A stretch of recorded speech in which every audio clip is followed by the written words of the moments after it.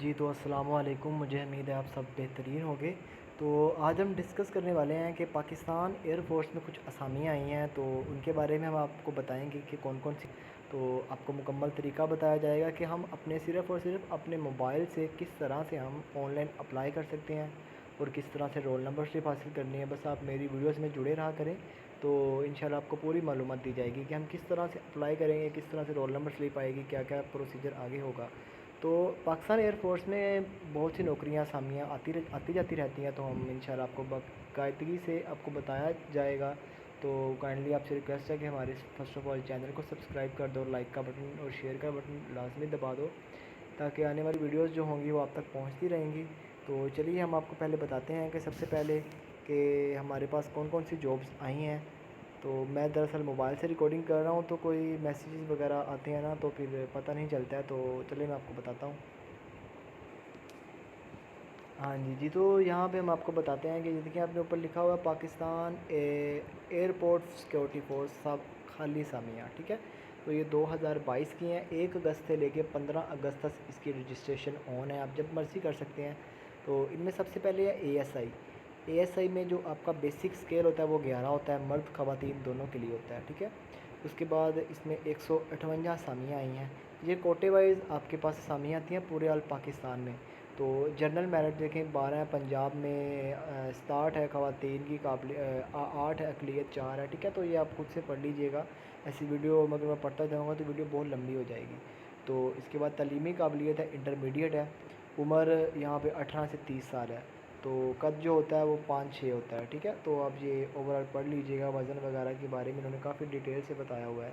تو اس کے بعد ہے کارپول جسے ہم کانسٹیبل کہتے ہیں، تو اس کی 1002 اسامیاں آئی ہیں پورے پاکستان میں، مرد خواتین دونوں کے لیے، ٹھیک ہے۔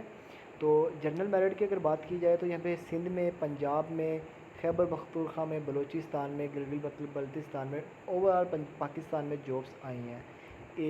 کانسٹیبل کے بارے میں اگر بتایا جائے تو تعلیمی قابلیت میٹرک ہے، تو عمر سیم وہی ہے 18 سے 30 سال کے درمیان۔ تو یہ وزن وغیرہ اور قد وغیرہ آپ خود سے پڑھتے جائیے گا۔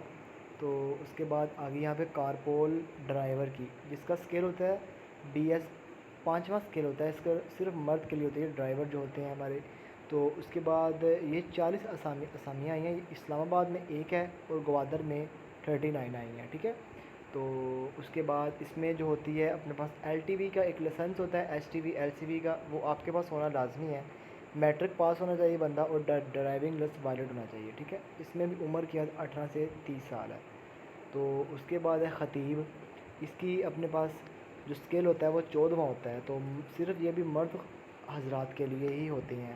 تو یہ سندھ دیہاتی میرٹس، اس کے لیے صرف ایک ہی اسامی ہے، تو آپ اس میں مت اپلائی کیجیے گا کیونکہ یہ ٹائم ویسٹ ہے سب کے سب، تو اس میں اب مت اپلائی کیجیے گا۔ تو اس کے بعد ہم اگر آپ کو بات کی جائے لیب اٹینڈنٹ، اس میں بھی ایک اسامی ہے، تو اس میں بھی آپ مت اپلائی کیجیے گا، لیکن آپ پڑھ سکتے ہیں کہ یہ میٹرک ہے ان کی کوالیفیکیشن، اور یہ بلوچستان میں صرف ایک ہی آئی ہوئی ہے، ٹھیک ہے۔